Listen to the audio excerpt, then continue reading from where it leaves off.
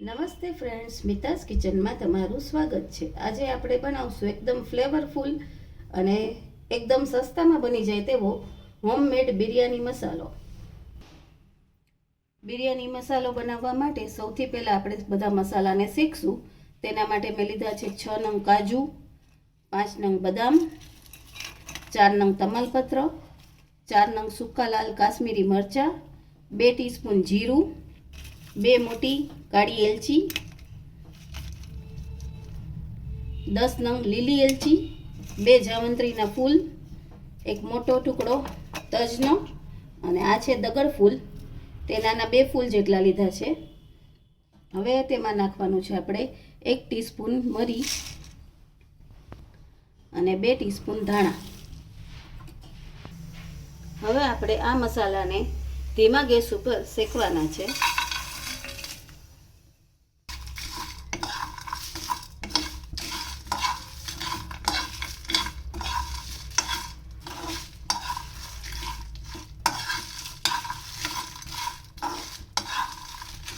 4 થી 5 મિનિટ એકદમ slow gas ઉપર આ મસાલો શેકવાનો છે આપણે।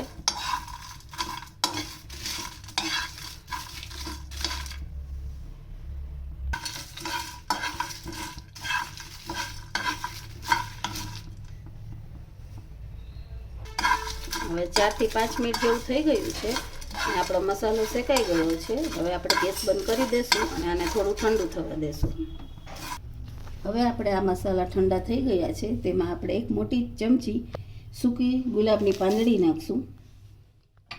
તેમાં નાખશું 2 ટીસ્પૂન કાશ્મીરી લાલ મરચું પાવડર, અડધી ટીસ્પૂન હળદર, 1 નાની ટીસ્પૂન આદુનો પાવડર, 1 ટીસ્પૂન આમળા પાવડર અને 1 ટીસ્પૂન સંચર, 2 ટીસ્પૂન મીઠું।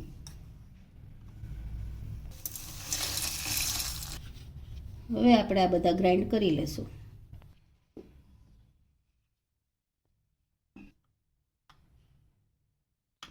મસાલો સરસ પીસાઈ ગયો છે।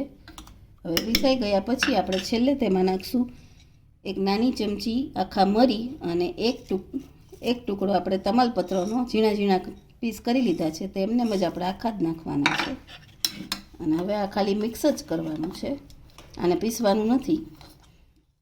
હવે આ મસાલો એકદમ ઠંડો થઈ જાય પછી તમે તેને એરટાઇટ ડબ્બામાં ભરીને ફ્રીજમાં 1 વર્ષ સુધી સ્ટોર કરીને રાખી શકો છો। જ્યારે પણ બિરયાની કે પુલાવ બનાવવું હોય ત્યારે ફક્ત 1 ચમચી નાખવાથી પુલાવ અને બિરયાની એકદમ ટેસ્ટી બને છે।